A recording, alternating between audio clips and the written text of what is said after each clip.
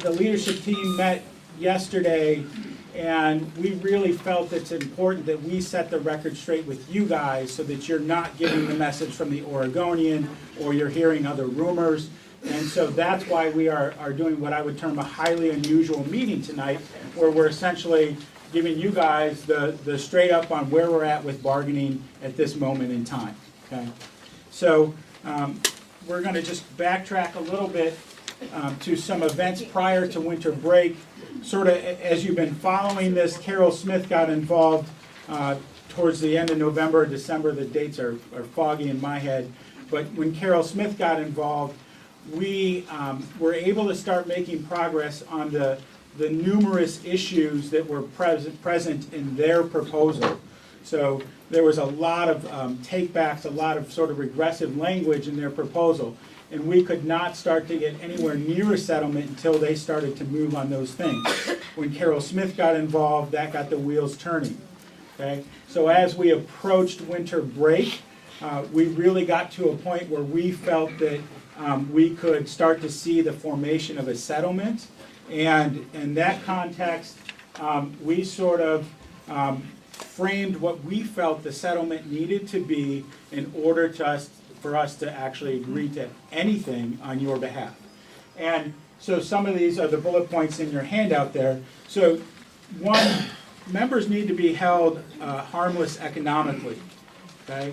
So, and however the settlement would be structured, that was one of our priorities in order to actually get to a settlement. Another one was that we provide real workload relief. So you've heard in the press that, well, they inserted the workload language back into the contract, but we are also working on actually providing tangible workload relief to the members beyond what they may do superficially. We would balance any language concessions with offsetting contractual gains. So this brings us to this last Monday. The day got interesting in the sense that Carol and the media team on the PPS side was already portraying it as we will have a settlement by 7:30 Tuesday morning. Okay, so whatever. I mean, on our side, we're willing to meet. We will meet day, night, no matter what, and keep going to get a settlement. And the reality is, I use that term slow play. They slow played again throughout most of Monday. I would say we did not get any meaningful breakthrough until about 10 p.m. when they presented some changes in Article 20, which is our workload, workday article.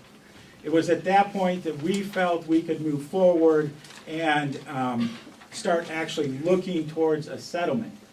At that point, we put forth a supposal. And I need to explain to you guys, a supposal is where you're not actually exchanging a full article, you're putting forth a set of ideas that would then need to be fleshed out in detail in actual contract language. You guys probably saw the Oregonian articles, and they started what I would call bargaining in the media. So they very strategically, they walked members of the media through their supposal and through parts of our supposal. And it's important to understand here that there's an etiquette to bargaining, and supposals are these things that you can then withdraw and go back to your last offer. So this is a major breach of protocol. So they're talking about their supposal, which isn't too bad, they can do that. But then they mention some things about our supposal, which, in this delicate context of where we were at in negotiations, was very, very, very frustrating. But this was a very strategic move on their part, and I would use the term bullying behavior, and I'll give you some more examples of that. So this is a message that went out to principals yesterday, and I only took a piece of it. So this was by Rob Cowie, Communications for PPS. And dear principals, summarizing from the meeting this morning, they had was this the morning they had the emergency meeting with principals? Okay. Summarizing from the meeting this morning, following our oral talking points you can use with parents and a newsletter item for your use. And it says, if progress is not made, the school board has the option of implementing aspects of the district's November 27th final offer based on state law. the district's final offer does not include any of the mediation proposals that PPS has made since November 27. To give you more reference, right, that was everything in which Carroll was involved in. That was where all the movement was. So here they have, in very no uncertain terms, that they could go back and go to their final offer, or they could, what's it say? For example, the November 27 offer caps what the district will pay for health insurance and offers a smaller pay rate. View the PPS and PAT final offers here. And so, again, this is this idea. They cut off the process on Tuesday morning. They communicated this with their principals. They communicated with the media, and they were trying to box us in to what their final proposal was, right? And so this is where we were at. And this is now an email that Marty got today from Brock Logan. Marty, just so that I am perfectly clear and there are no misunderstandings, does this mean that the association is rejecting the district's proposal? Okay? These are all the things that were still unresolved. And a lot of them are little things, some of them are really big things. How much money you're going to get, is one of the things that's unresolved. How many FTE are they going to hire to relieve workload? How are they going to be distributed? Are we going to add days to the school year? There are a lot of issues that are unresolved. And when we did this proposal, we said the list that was up there, that was our top conflict list. It was not a complete list. And we said, if we could get agreement on this, we could probably go and work out the rest of the stuff. And we wrote at the bottom of our first proposal, all the other stuff still needs to be worked out. They came back in their proposal on theirs and said, no new issues. Oh. That the list was a complete list and everything else that wasn't on the list was gone. Then we came back in our 430 proposal and moved our comment to the top saying, no, we need to work out all the things and the exact contract language on how it works. Because even if we have conceptual agreement, then you say, well, how is that going to be plugged into the document? When they gave us their written version, and they did yesterday morning, they took everything on this list and they did it their way. If they wanted it to be gone, they dropped it. If it was something that was one of their takebacks, they kept it in. If it was something that it depended on how you write it, they wrote it their way. And now they were coming to us and saying, this is our proposal. We wrote everything the way we want. We dropped all of your other issues. And now, are you accepting it or rejecting it? So that's the concept, the context of Brock asking, are you rejecting our proposal?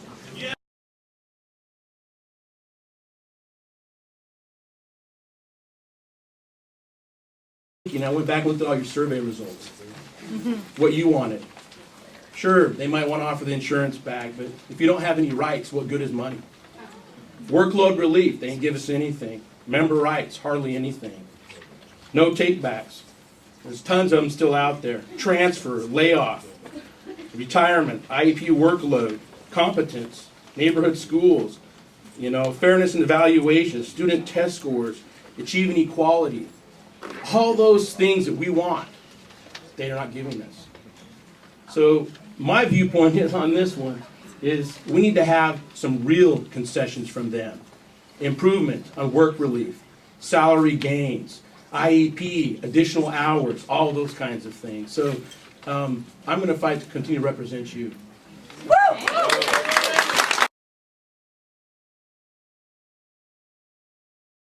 We told them at the very beginning one of our top 3 priorities would be that our membership would be held financially harmless in this bargain.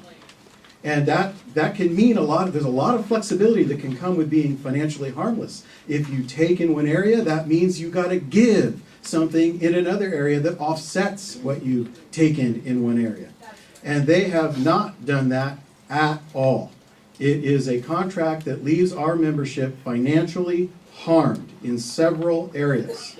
One of them is just straight out in salary. That's the easiest one to look at. When you consider what your raises have been, your cost of living increases have been over the last decade, you have fallen behind 7.6% the rate of inflation. You would need to have today a raise of 9.1% to just get back to even. That's what it would mean. What have they offered you this year? Effectively 1%. So what are we asking for? We're asking for a raise that at least keeps you even with inflation. What are we also talking about? We're talking about early retirement benefits. Their goal is to eliminate them entirely. No one gets anything. If you've worked for the district for 15, 20 years under the expectation that you would receive an early retirement benefit, you would have health insurance benefits, you'd have a stipend, well, guess what? You get nothing. And guess what it costs the district to give you that benefit? Nothing. They make money. And your number one cry to us has been, you need workload relief. You need real workload relief. The district has said, as if it's a huge concession or give back, that they would return to current contract language. We've been working under the current workload contract language. Is it helping you folks? No. Do you need more than that? Yes. That's what we're going to keep fighting for.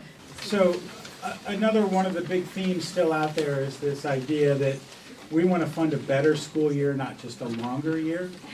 You may have heard in the Oregonian about adding 2 extra days. And if you looked at our last proposal, 4:30 in the morning, and it was a proposal, and we did at 4:30 in the morning compromise and try to create a 6 of 8 schedule that would meet the timelines. But that was a compromise that was, you'll also see a little note on our proposal that you could add the 2 extra days if you fund all the other workload relief first. The response did not include all the workload relief and kept the 2 days. Thanks, Marty. So, number 6, PAT is fighting for practices to achieve and maintain equity. You know, they just don't want to put funding into our classrooms and the FTE to help support us. They just failed to commit these resources at the table. We've asked them to add, days of priority schools, FTE to special education so they can meet their IEP requirements. This is what Brock said to me late on Friday night, the Friday before we came back from break. We were talking about workload in terms of equitable distribution of duty.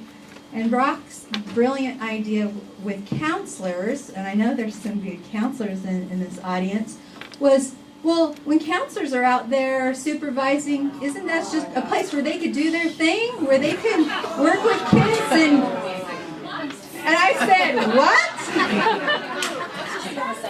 I said, in the lunchroom?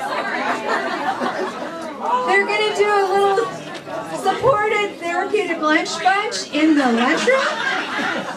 No. What about elementary prep time? So we tried to improve, and I think we have improved elementary prep time to add required minutes of prep time. Now in some schools, they already have the number of minutes that our new language is getting. In other schools, it isn't. And what they were going to require is try to have at least 2 30-minute blocks for every elementary teacher per week, that you will have a specialist come in and you would be relieved to go to do work and not be hanging around in the classroom. So that requires some FTE. They gave us that several months ago. Now that they're offering 80 FTE to be hired, that's what they've offered, and that's because we've saved around $8 million through the state robbing the PERS account, that you're going to get $8 million and they'd offer to put it all into FTE. Well, surprise, surprise, the state is requiring them to put it all into FTE. They're giving you absolutely nothing, and they're taking the elementary FTE that they have promised months ago and including it in the 80. So We're getting nothing in workload relief that they have to give to you anyhow in asking for a bunch of concessions. We have another article, Article 12B, which is called Instruction and Academic Freedom. Their position is there will be no Article 12B. We do not want an instruction and academic freedom. The whole article goes away. We are pushing to have another face-to-face session with the district's team to try and move this process further along. We've proposed Saturday, Sunday, or Monday as meeting times so that we can continue this. I am proud to represent you guys. I am proud of these members doing it for you, and we will give you a good settlement.